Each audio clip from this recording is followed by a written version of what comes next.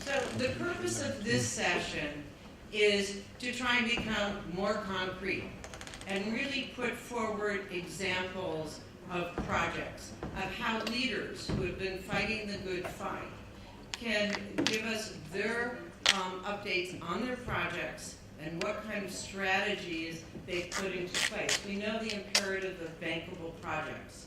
So what we're going to do is jump into this. I'm not going to introduce everyone. I'm just going to start project by project and ask you to discuss how you have faced the challenge of early stage development, where you are, how you dealt with procurement, to give us a sense of the cost of your project and the projected investment value, how you deal with the imperatives of having a strong project team, their experience. So if we could start with Baljadir Sharma, Director of Bajaj Telecom. Please.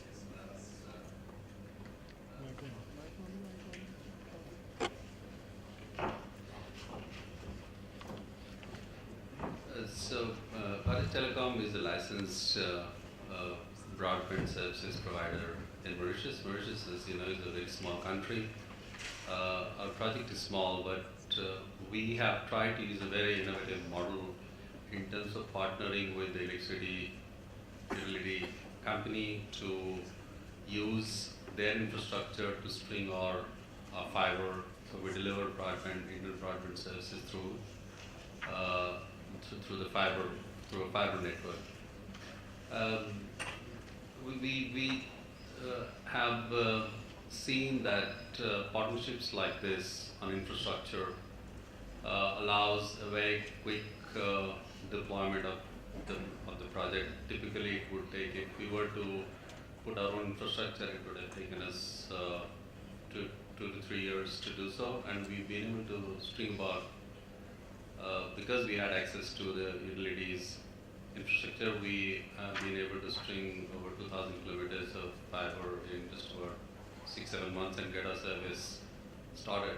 So that's a new approach to infrastructure development, if I may say so. We had some challenges because there was no framework available for this kind of partnership, but we work with the government because the utility company there is owned by the government. So we worked with the government and created a framework that allowed us to do what we want to do.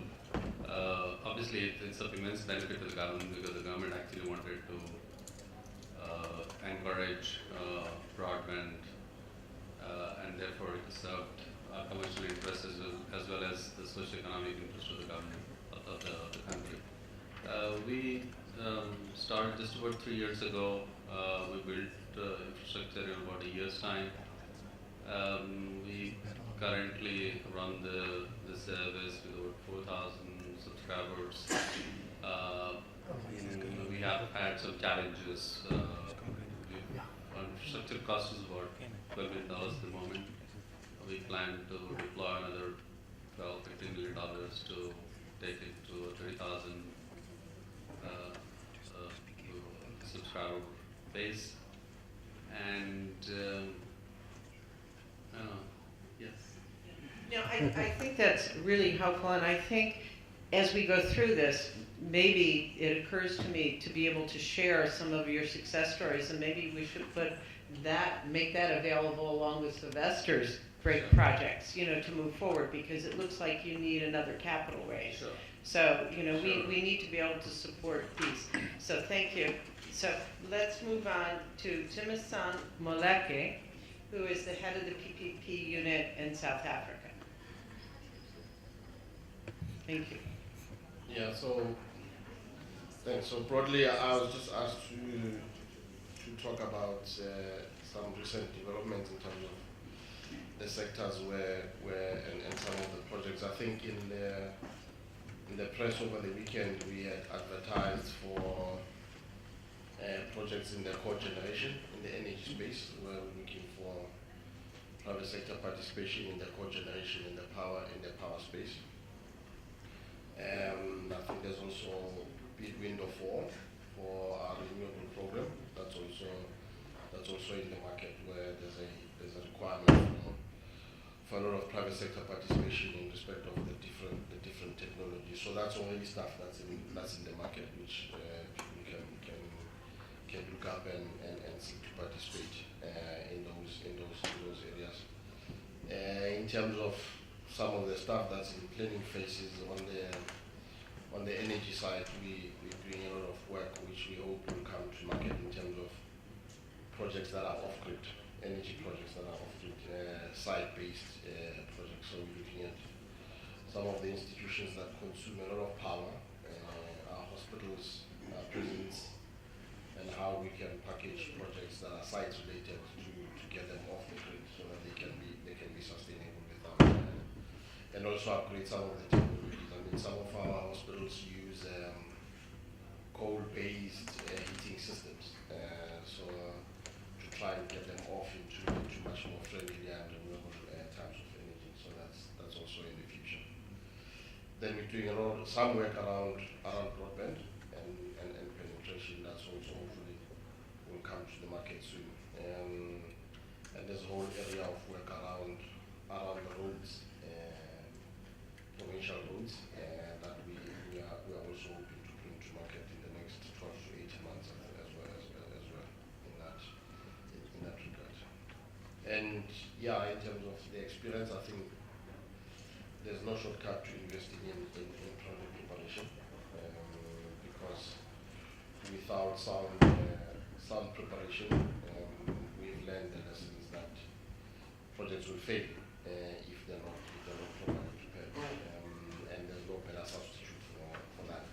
Although it's frustrating, it takes a bit of time, but the benefits of that are worthwhile when you see the rollout of the projects in terms of the speed when things are clearer to you. Because once you start engaging the market, when you are clearer with what you want, it makes life much easier, and the benefit of the planning is seen around that time, as well as when they have to implement the projects as well. So that's all I'll say for now.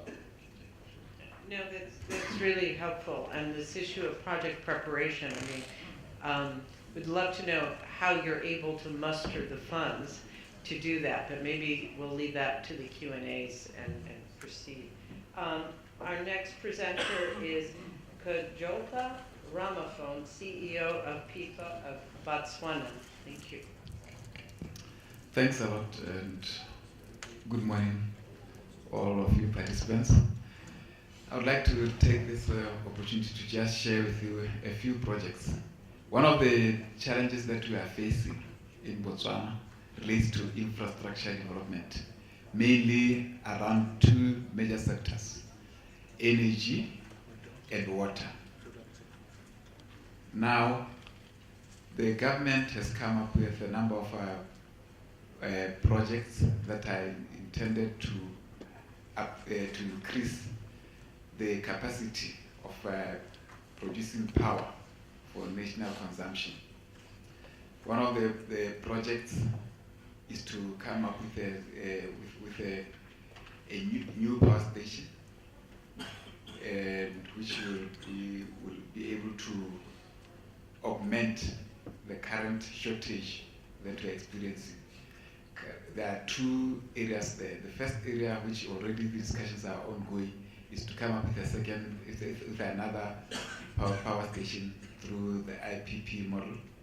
The next one will be a greenfield project where it will involve both the extraction of coal and construction of the power station.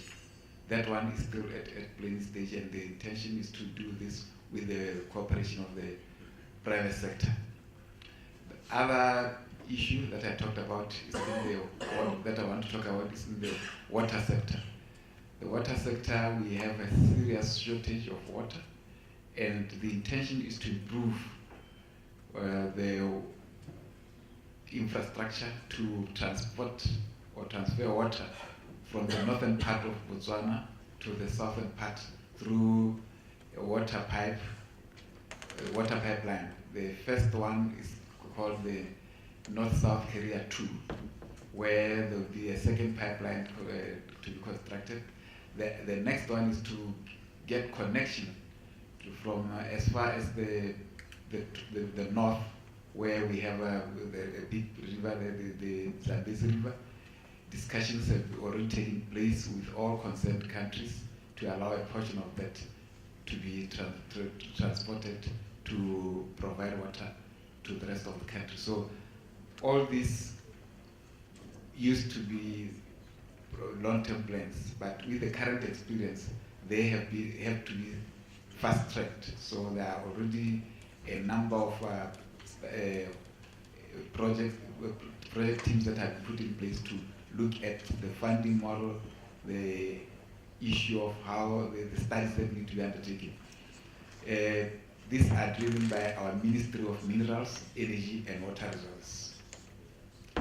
The third aspect of the project is the one that most of you may be aware of, which is called this Trans-Kalahari Railway Line that is being planned jointly with the Namibian government.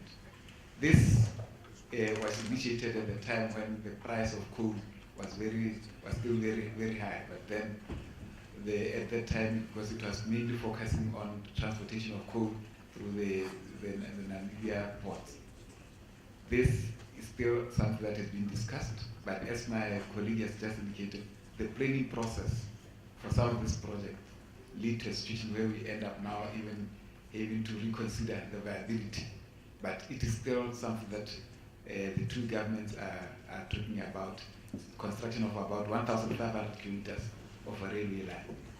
All this to us are major projects that will, one, help with contribution to economic growth, contribution to sustainability, and even a contribution to providing the much required public services in the form of water and electricity. I'll just stop here so that we can have a further discussion. Yeah. And I think these points, and we need to push ourselves on it, two critical success factors. Having available funds for project development, okay, and then two, what we talked about as evidenced by the EU facilities, being able to have blended finance. The viability is going to be a function of those two stages. And so I think this is something to take your experiences we need to push on. So if we now, thank you, if we move on to Jose Angel Perez, and Managing Director Africa for Gestamp Solar. Thank you. Hello, good morning.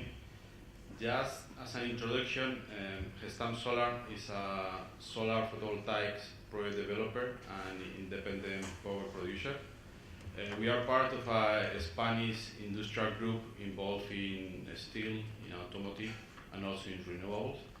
We have two projects in operation in South Africa with a combined capacity of 30 megawatts. We got these projects through the Renewable Energy APP program in South Africa in the round one. Also, as part of our group, we have an operating wind farm, is 75 megawatts capacity, and we also have a wind towers factory in Cape Town, 50 kilometers away from here. As a business, we like to take projects from different stages of development till commercial operation, and we also usually stay in the project also, but it depends on market to market. The project in South Africa specifically, total investment was around 800 million rands approx. We were partnering with a local developer, and also we partnered with a local community trust. We fund our projects with the commercial banks in South Africa, and we also got funding from local DFI. We're trying to leverage in the experience we've obtained in South Africa to expand our business in Africa, and we're looking for opportunities at the sponsor level or co-development level in other countries in Africa. Specifically, we've been looking in Namibia, where we are preparing a tender for non-power. We've been also screening for projects in Kenya, Ghana, Uganda, but we are not close to any specific market at all. So basically that's our activity in South Africa and in the rest of Africa. But that's an encouraging experience. Thanks. Blended finance, you got a significant deal done and you're willing to do more. We need to build on that. Thank you for that. And our last presenter is Alvino Winschultz, Infrastructure Program Specialist from DBSA, Development Bank of South Africa. Good day. I'm not going to speak a lot about DBSA itself. I know Mr. Moshe was already on here yesterday, and I'm sure he spoke a lot in terms of what we do from the international finance side. I would like to speak more in terms of our project preparation unit. The project preparation unit at DBSA was only established about a year ago, 2 years ago in 2013, after DBSA went through a restructuring process. And we realized that the need for investment is big. We all know the financing gap. So we had to come up with different ways in terms of preparing these projects to an investable stage as well. In doing so, we have a group of started out with a group of about 9 people. We are now increasing that size to about 18 people as more and more projects are landing and coming through the system for us to prepare and take to a bankable stage. We are funding all PPP activities, mobilizing advisors to prepare bankable projects and facilitating and managing project preparation activities and funds as well. We cover the whole of Africa, the whole continent. We just got a mandate to go beyond SADC, so we go into every and each country where there's a need for project preparation. There's an application process that needs to be followed, and it's the basic info in terms of where does it fit within our strategy, within our mandate. Our 5 key sectors, as was probably mentioned as well before, our 4 key sectors is the transport, the energy, the water, and the ICT sector. And then we also have the strategic relations with the NAPID agency, World Economic Forum.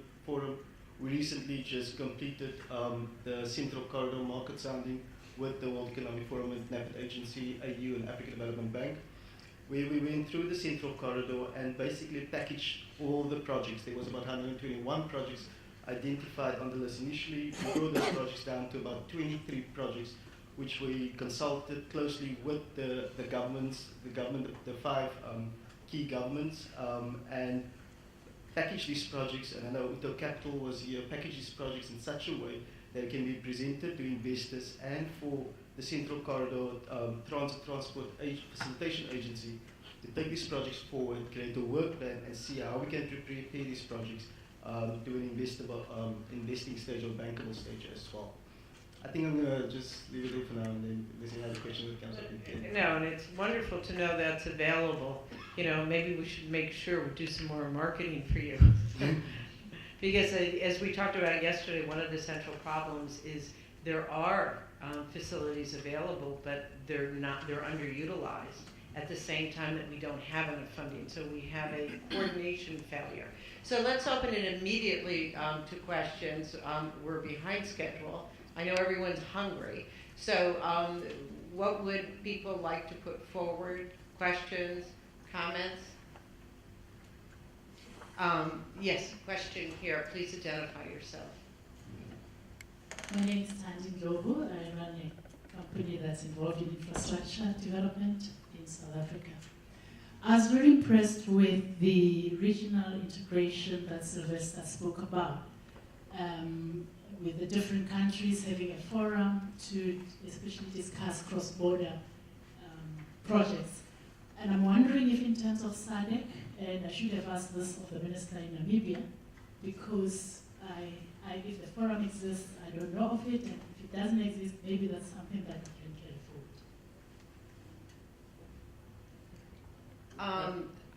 forward. You want to do a follow-up? Yes.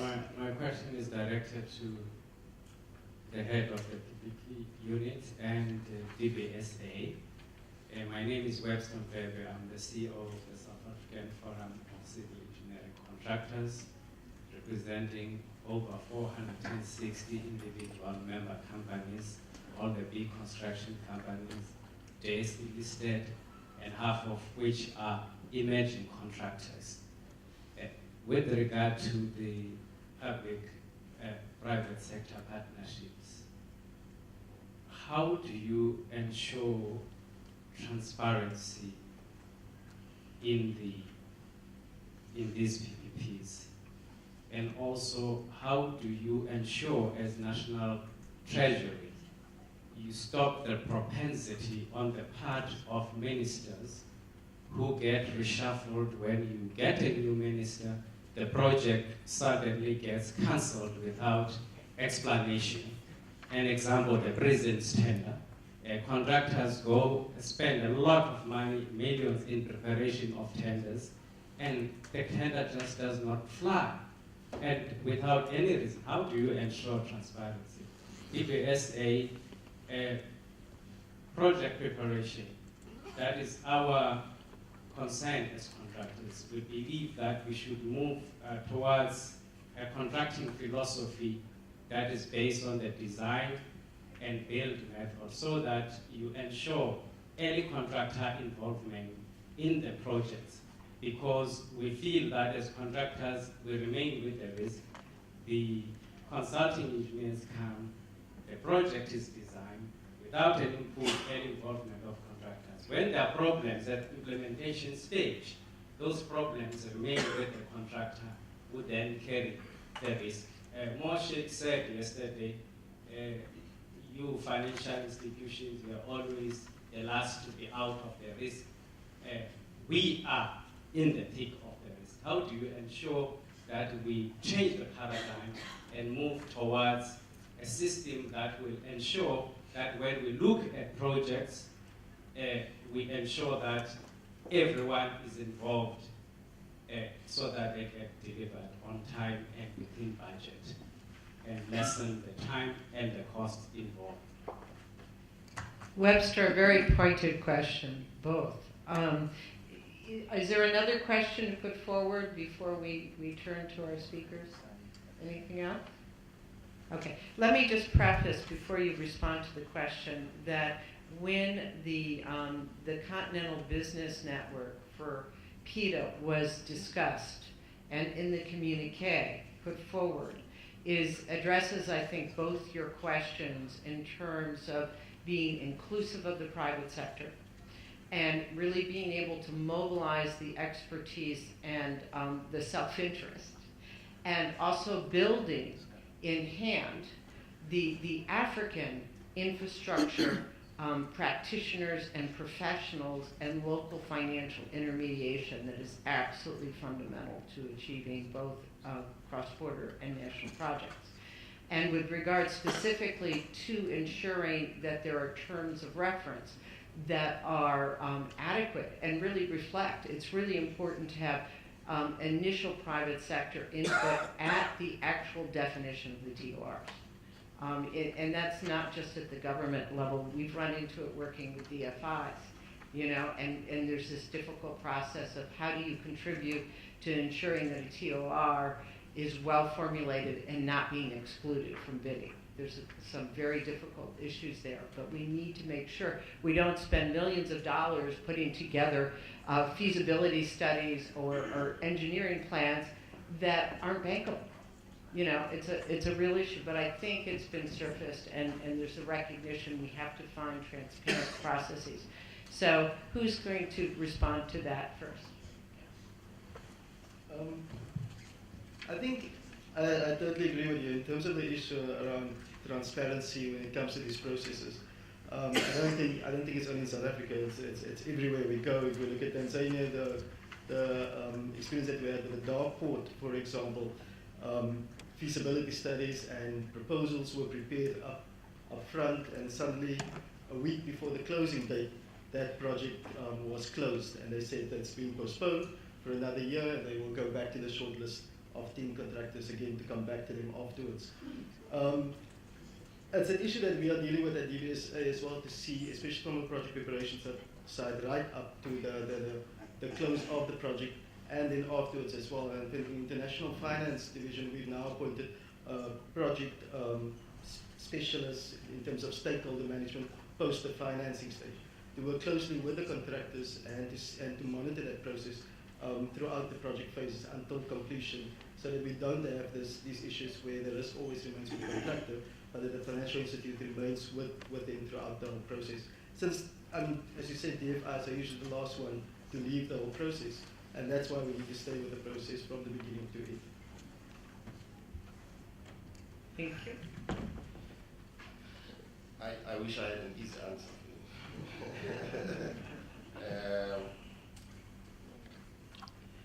I mean, suffice to say that, you know, as technical people, we can't do anything about who gets elected and how that cycle works. You know, it is a risk because all projects are successful. One of the critical success factors in any project is sponsorship. Right? If projects are sponsored at the right level, there's no problem. There's a level of success. So it's a risk that we live with as well. That if there's a change in leadership and there's a change in sponsorship, that affects the process. And unfortunately, that sits within the purview of the executive, which we can't control. Suffice to say that at a technical level, we can try and anticipate and try and plan the project so that they get started and get completed within a purported cycle of sponsorship, so that we manage that risk. That's what we can do on the technical side, to say if there's a leadership and there's an executive intent, we try and finish and start the project and finish it well, everything is still stable, to avoid that risk, so that if somebody else new comes, then they don't have the opportunity to interfere or to imprint their ideas on top of that. So that's one issue. But I think it also talks to a broader issue around the projects and the infrastructure projects being part of a democratic contest. You know, that we should also, as investors and as other people, impress upon the leadership the importance of these things and the problems with making such decisions. You know, because sometimes when there's not enough noise, the trade-offs are not appreciated. You know, so it's only when we make noise as professional people, as investors and everything, that points out to the trade-off. Because all the time, politicians, they always make decisions on a trade-off. There's never one winner. So it's always balancing to say, well, who loses and who wins at some stage. And if we elevate our voices to that level where people are aware of the consequences of such decisions, then it becomes a thing.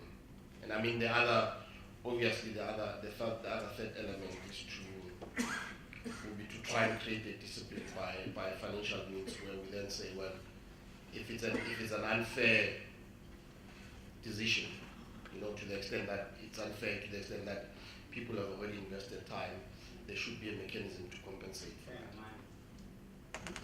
You know, there should be a mechanism to compensate for that, because then recognizing the right of the thing. So I think you can deal with the problem at various levels to obviate the impact, but I don't think you can ever have a situation where we can take the power away from the executive to make those kinds of decisions whenever they feel like they need to make them.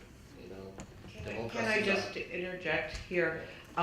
You know, one of the points that came up yesterday, and I think embedded in this whole thing, is how can we, the fact is, if we're going to deliver on the political needs, these projects need to be bankable. So two thoughts. One is, yesterday we talked a lot about standardization, best practices, and in fact Bruno brought up the point of PPAs. Well, the same is also true for terms of reference and the kind of criteria. So one thought is, let's bring the discipline of best practices to the different government entities that are accountable for procurement, number one.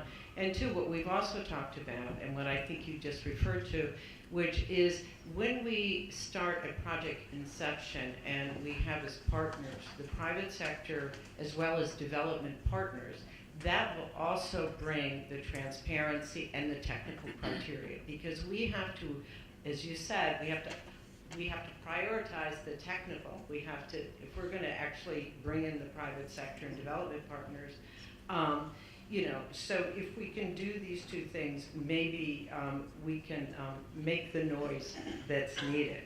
And I hope that these new processes, I see that Kutokala would like to make a comment, and then we're gonna wrap up with any additional final statements from people. Thank you.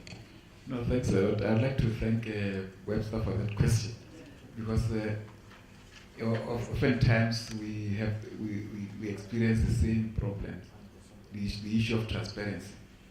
There will be those institutions or companies that would like to approach government institutions or government departments directly and want that to do that through unsolicited bids, and they would like that to be concluded. And that in itself sometimes compromises this concept of transparency. So I'm glad that you are representing a number of contractors so that we can try to encourage them while they are competitors, to make sure that they also on their part promote this concept of transparency, and also help the governments, because governments will be attracted by the good stories that they bring in terms of the benefits, but at the end of the day, others will complain. So I think it's a two-way process that both parties have to do their best to promote. Okay, we have a final comment from the Minister of Kenya.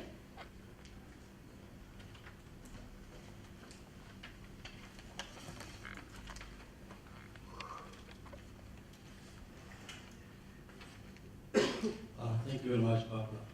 I think my point is just an add-on to that issue about transparency. And because I'm a government minister, I think I can comment on that. I think what is most important is to give assurance to the private sector that they are proper democratic institutions. Because business and government cannot be personalized. Because, as you know, even the presidents, the ministers, they're not there permanently. They come and go. And some of these projects transcend more than 5 years, some more than 10 years. And so I think the private sector, especially the long-term investors, coming in, what they're looking for is a country with stable and dependable democratic institutions. And what that means is that if, say, me as a Minister for Transport and Infrastructure from Kenya, if I initiate a project and then the next government I'm not there, that project is assured of progress. Because whether Mashari will be there next time or not doesn't really matter. The same with the government, because a government has got oversight institutions like parliament. If, say, a government is defeated in an election, like happened in Nigeria, for example, there's a parliament which is overseeing, that government, and that parliament continues. And so that assurance that there are democratic institutions, there is a cabinet itself which will be approving the deal. There will be a parliament which will be overseeing the implementation of that project. There will be judiciary which will be there to protect the interests. I think that goes more than enough to protect or to mitigate the kind of anxiety which investors should be having. And I think that's the most important thing, because if there's assurance of democratic institutions, then the issue of transparency or lack of it falls away. I thank you for that intervention, and I really think, again, I applaud everyone for being so honest on the issues and the mechanisms that are being put forward.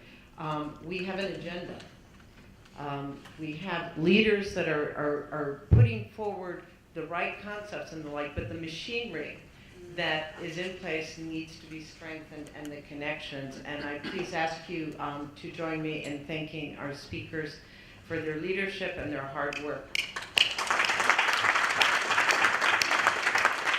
Doing business in Africa, you can't afford to be without Africa Investor.